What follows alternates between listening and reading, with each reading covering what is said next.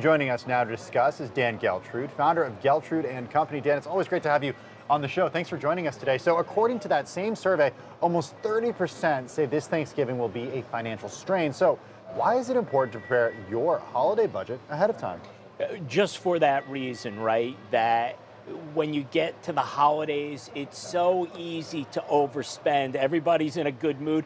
Thanksgiving, I love that holiday. We're going to eat like crazy, and people throw the budgeting out the window. And of course, one of the challenges is that the holiday season, like Thanksgiving and Christmas, come at the end of the year. So if you haven't been budgeting through the year, now you're getting to the end of the year and you're saying, hey, how much do I really have left here to be able to host the holidays? So it really becomes a challenge for a lot of people, and they need to be mindful that they're going to put together a budget and stick to it for Thanksgiving. So what are some of your tips for trimming that budget if you are waiting till the last minute? Well, you know, if you're at the point where, hey, Thanksgiving is here, I'm a little short, what do I do? Look, one of the things that I think you can do is you have a potluck dinner, right? Where you invite your guests to bring something, right, to the party. And that helps defray the cost. Plus, it increases participation from everyone.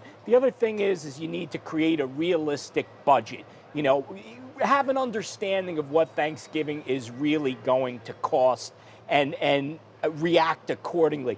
The other thing to do is that develop your grocery list and make sure that you stick with it, because it's real easy to get carried away when you're out there making purchases. And along those lines of shopping, use coupons, and don't be afraid to use generic brands. A lot of this stuff is white labeled anyway, so you're getting the same product. Cranberry sauce. It's cranberry sauce. That's how I feel. Holiday debt can really add up. So why is it important to understand the interest rate on your credit card before you swipe? You know, credit cards can really be a financial disaster, because when you get in too deep, it becomes impossible to get out for many people, particularly because the interest rates are so high.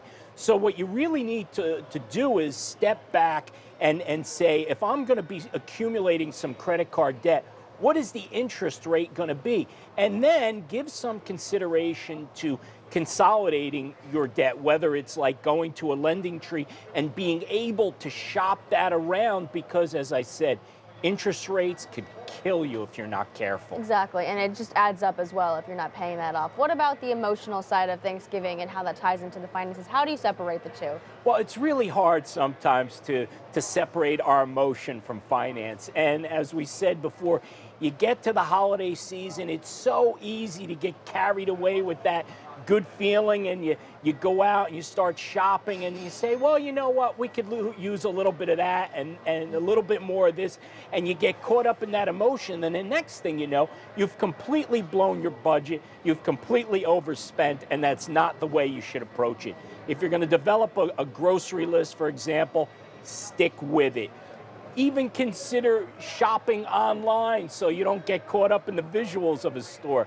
Just order it, or if you have to, send the kids to go buy this stuff for you. They're not interested in buying anything more than they have to. Yeah. So if you are someone, though, who does tend, Dan, to overspend at the holidays, give us some tips for how to maintain that but still enjoy holiday gatherings.